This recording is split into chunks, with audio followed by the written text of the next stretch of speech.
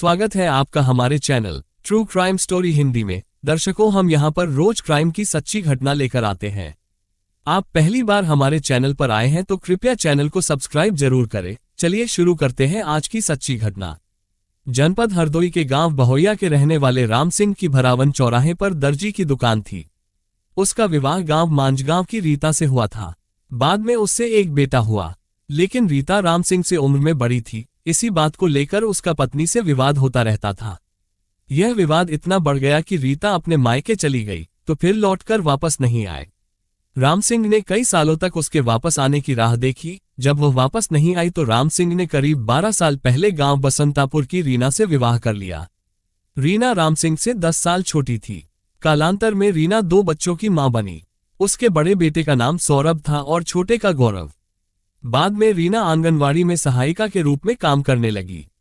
जैसे जैसे उम्र बढ़ रही थी, राम सिंह का दमखम जवाब देने लगा था।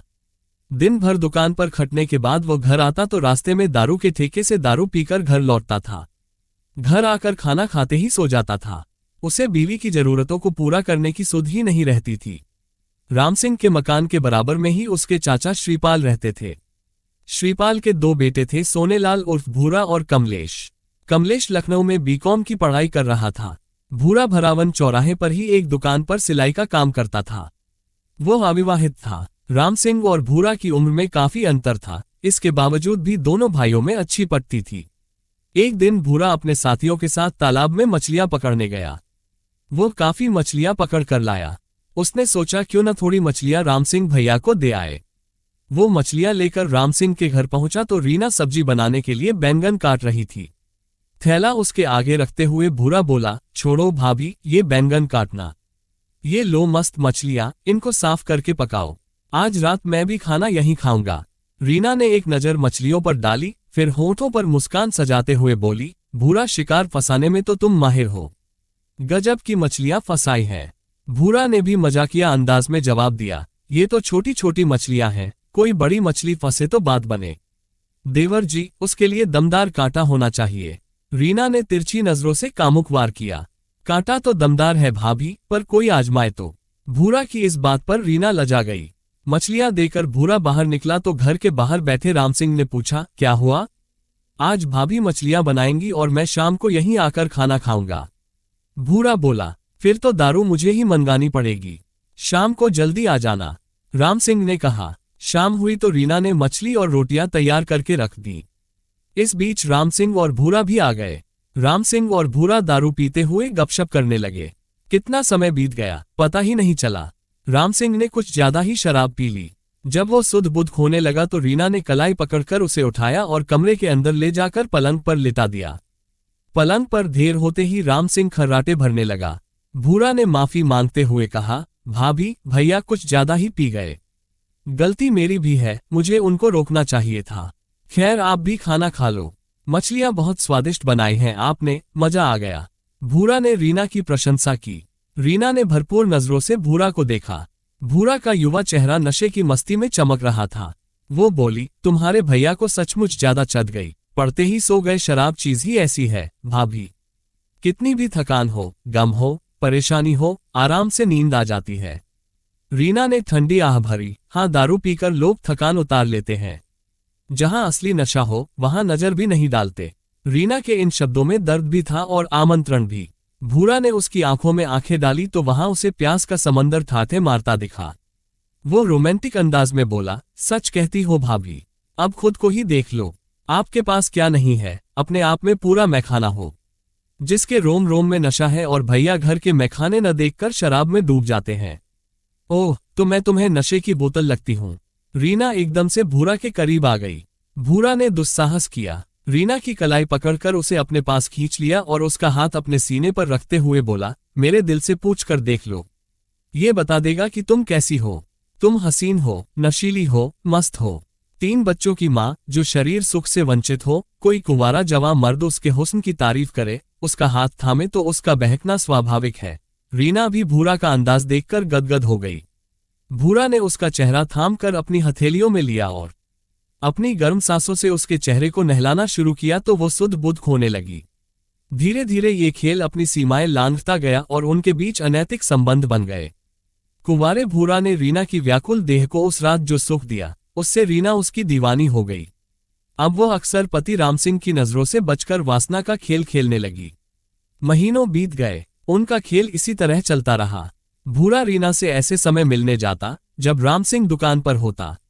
एक दिन भूरा रीना को अपनी बाहों में समेटे पड़ा था।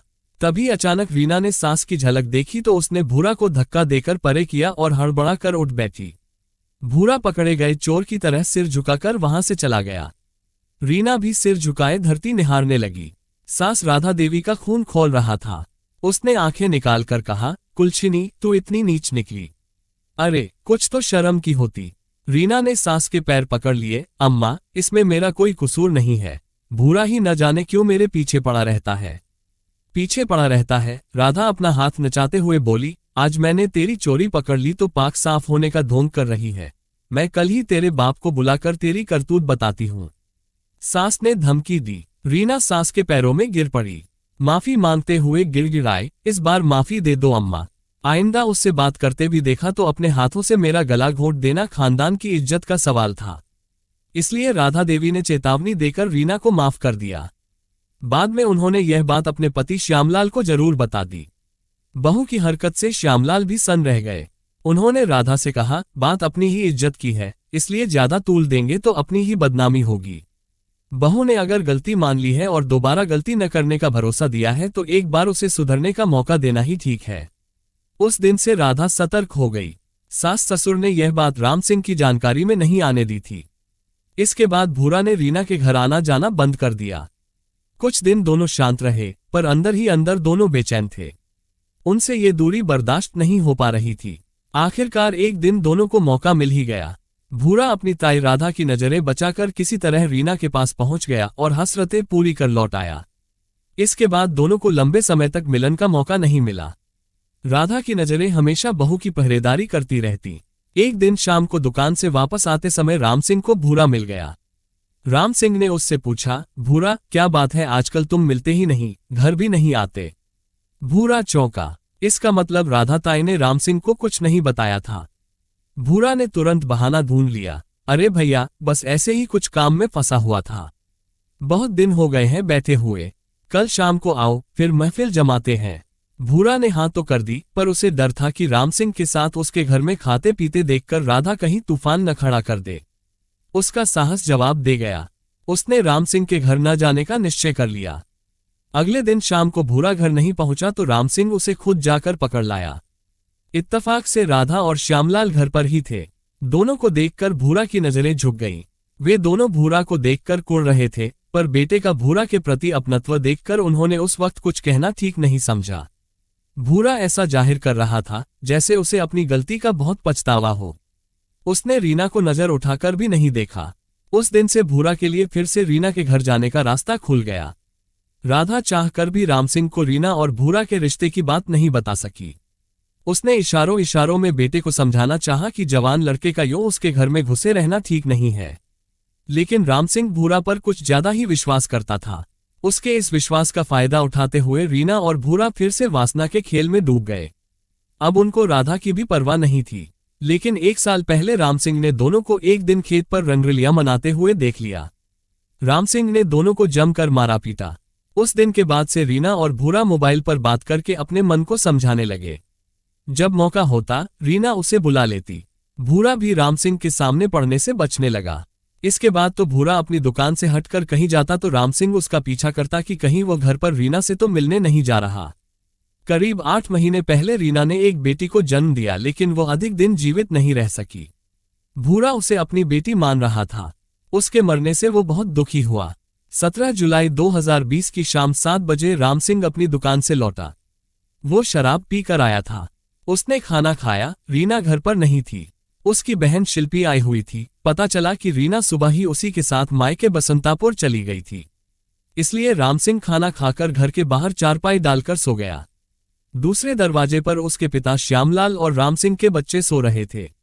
18 जुलाई की सुबह 5:30 बजे गांव की महिलाएं बाहर निकली तो उन्होंने राम सिंह की चारपाई के नीचे खून पड़ा देखा तो दंग रह गईं। महिलाओं ने शोर मचाया तो राम सिंह के घर वाले व गांव के अन्य लोग वहां एकत्र हो गए। घर वालों ने रीना को खबर करने के बाद अतरौली थाने में घटना की सूचना दे दी। सूचना पाकर इंस्पेक्टर संतोष तिवारी पुलिस टीम के साथ घटनास्थल पर पहुंच गए। राम सिंह की लाश चारपाई पर पड़ी थी। उसके सिर, चेहरे व पेट पर गहरे घाव थे जो किसी तेज धारदार हथियार के मालूम पड़ रहे थे। घटनास्थल के आसपास का निरीक्षण किया गया तो वहां से करीब 70 मीटर की दूरी पर एक सूखे कुएं में खून से सनी एक कुल्हाड़ी पड़ी दिखी। इस पर इंस्पेक्टर तिवारी ने फोरेंसिक टीम बुला ली। फोरेंसिक टीम ने कुएं से कुल्हाड़ी निकलवाकर उसके हत्थे से फिंगरप्रिंट उठाए।